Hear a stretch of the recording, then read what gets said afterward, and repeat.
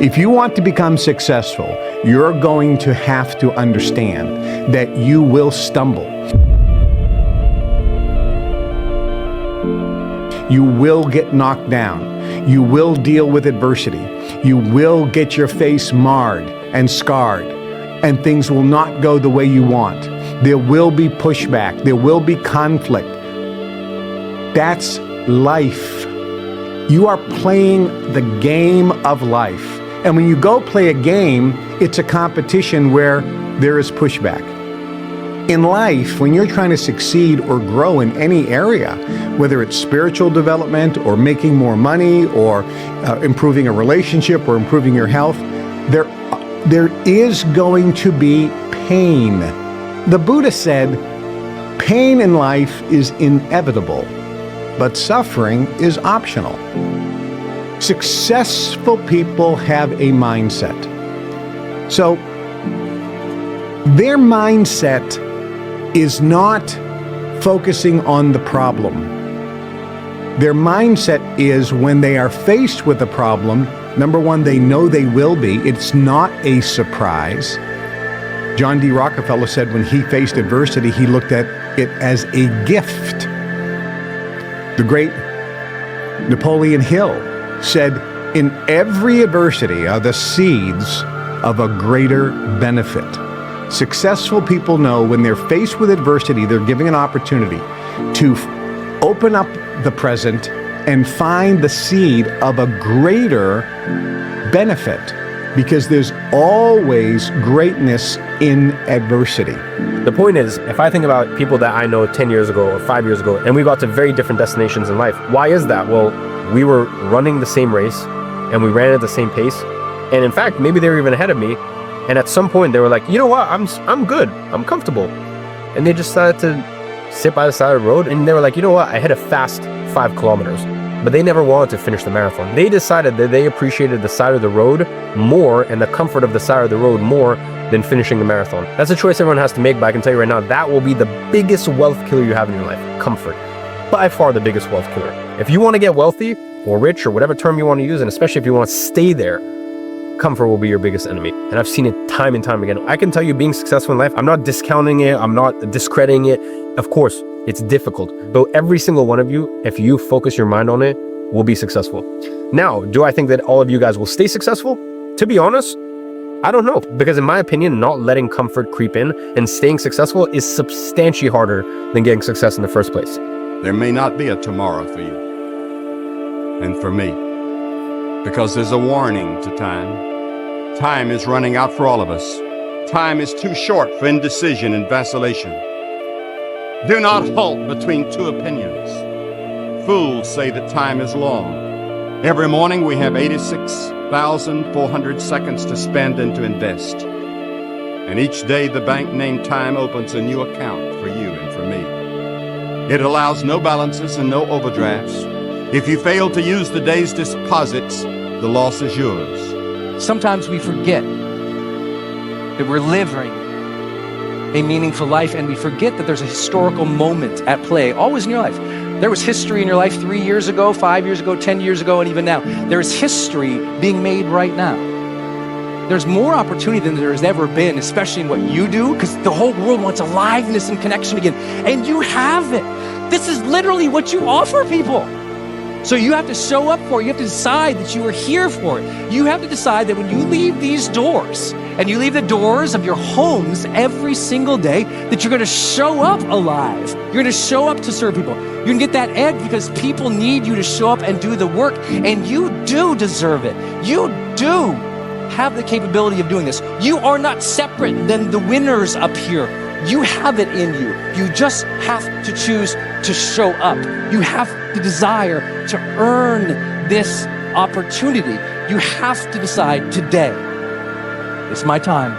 I'm ready. If you quit, it's really easy to predict your future. How does that feel? But if you don't quit, if you go for it with no proof, you can't quantify it. People are going to call you crazy. Your friends are going to look at you sideways. you'll have the opportunity to play in the game and stop sitting on the sidelines. And you might fail for a while. And you might have to pay your success tax. And you might have to go through 7 failures, 9 failures, 12 failures. You might be sleepless at night wondering why the heck you're doing it. But on the other side of that, you get to see who you're meant to be, who God designed you to be, and tap into your full potential, and there's nothing better. Pain is an extremely important part of the equation. Pain is the elixir of success. When people say this bad thing happened to me and I'm suffering, I say good. It is pain which is required. It's one of the elements in the chemical reaction. The chemical reaction requires 5 particular distinct compounds, and you have 4 and you're missing 1. It simply doesn't work. Pain for a man is one of the most important elements in becoming successful. Batman is Batman because they killed his parents. If they did not kill his parents, he would not be Batman. You're supposed to suffer. You're supposed to take that pain. The worst thing that can happen to you as a man is you live a life with no pain in it. To be born into a rich family and have a nice, easy life and be given money, and you don't have to go to the gym and not have to train because you have bodyguards and sit around like a fuck up. You're going to be miserable and unhappy and a drug addict buying prostitutes. You're only going to have women who adore you. You're only going to feel confident in yourself and feel happy when you've been through hell and come out the other side. The pain is required, and you'll often notice that people who are better than you are people who have suffered more than you have suffered. Get rich or die trying. Either I'm going to get rich or I'm going to die in the process. And then if I die in the process, I was doing what I wanted to do. I went to sleep 3 a.m. I was back up at 6:30, excited. No excuses. My bad. Yo, shut the fuck up and let's get to the money, man. You say you want to get rich or you want to be successful. Do what you need to do to be successful. It's grind season, homie. It's not about today. It's about the future. You do the work now. Do the work now. And all of the shit that you could ever want to do for your family, your kids, your loved ones, it's all going to be on a whole nother stratosphere. Work, work, work, work, work. No results, but I'm a little bit better. Work, work, work, work, work. Work, work, work, work. No results, but I'm a little bit better. Work, work, work, work, work. No results, I'm a little bit better. Work. Boom. Got paid. I just got paid. And it looks like overnight success. Yeah. It's like, oh, shit. If you really want to be transformed, you have to live an intentional life. Most people don't lead their life. They accept their life. And when you accept your life, you are living on things that are not worthy of your time and effort and energy. And you heard me say in a moment, everything worthwhile is uphill. The reason I want you to understand that is to go uphill, you have to be intentional. Nobody ever went uphill by accident. You've never read a book on accidental achievements. Where did we ever get the idea that we could every day just let life open up and unfold to us, easy come, easy go, and somehow we could be successful? Whoever taught us that if you just don't think about it and you're unintentional, somehow life gives you a high return? You have to be intentional with what you do and who you are. You do something, whatever, you take some action. You do something in a day. And the next day, it kind of worked yesterday, so you do it today. You repeat that action. And then you repeat it again. And that little repetition forms a pattern. And the pattern becomes a routine. And the routine becomes a rut. And it's hard to get out of a rut. You might not even notice these little patterns that you've developed, because they come on gradually and they feel comfortable, right? They put your mind at ease. We're always more comfortable doing something that we've already done before. So they lure you in. But they're not helping you. They're not helping you at all. They're hurting you. So snap out of that. Get out of that rut. Turn off that autopilot. And grab the wheel and steer your habits and your routines and steer your life in the direction you actually want to go. Take control and drive. This is a perspective shift, because now we don't have to look outside of us for meaning. No, we focus on having meaningful experiences right now, every single day. We stop lying to ourselves and saying, I will have meaning when I meet the person of my dreams. I will have meaning when I have my dream job. Not realizing that the job you have right now is teaching you something. There's meaning within that position if you bring your meaning to it and make it meaningful and pull the value out of life. Because life is always trying to show us something. Life is always trying to teach us something, right? is trying to reflect back at us what is within us, which is the meaning, which is the value, which is your light. Because I know some of us have been searching for meaning, thinking everybody else around us has a meaningful life, because we go on Instagram and we see people having meaningful lives, thinking it's in the future, thinking meaning is in the future. Like, what a trick. What a lie. When the meaning has been within you all this time. You just have to be open and willing to activate it, to receive it, to make it happen, whatever it may be, you understand? You're already living a meaningful life. You just have to remind yourself to feel it again. You have to give yourself credit again. Because you're somebody who wants to live a fun and authentic and energized life, and you're trying to do that. Good for you. You're somebody who loves your family and you want to provide more. Give yourself credit for that. You've come a long way. You're somebody who wants to help and inspire people, and you chose to do that. That's why you have this video on your phone you're watching later, because you chose to be somewhere where you could learn how to help and inspire more people. Give yourself credit for that. You're already living a meaningful life. You already matter. Now please teach yourself to feel it again. You deserve it. When psychologists talk about meaningfulness in life, what they're talking about is a sense that our lives matter, that the world makes sense, that we are more than the sum of our minutes, days, and years on this planet. Now, when you think about personal achievement, it does create sometimes this experience of coherence because we achieve within a framework.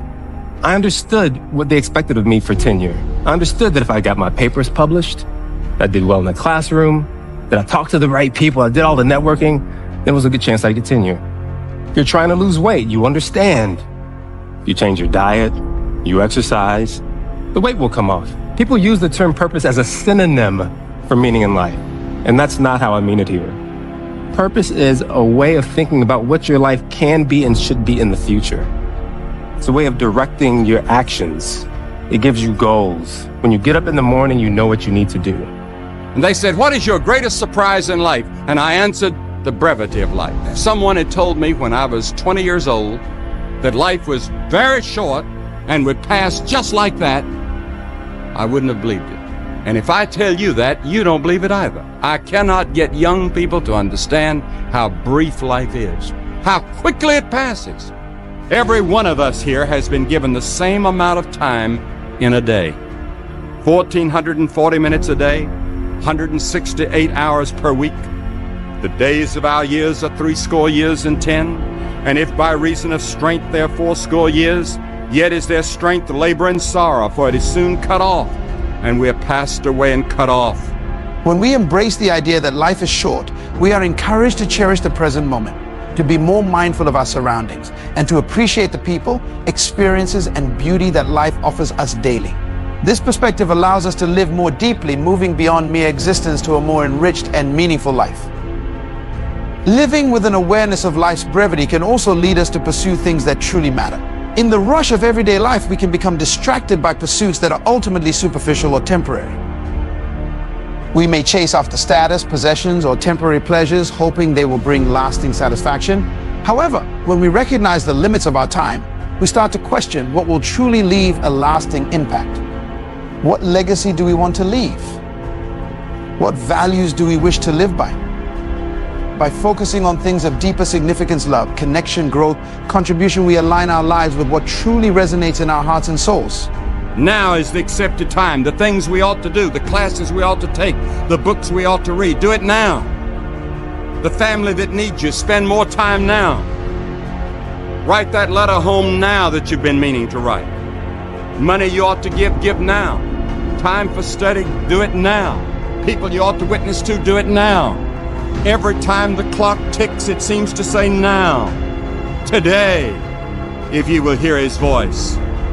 The work that you put in every single day, the mindset that you cultivate every single day, the spirit that you cultivate every single day, the work ethic, the dedication and commitment, that's you, right? That's your essence, that's your ethos, that's who you are.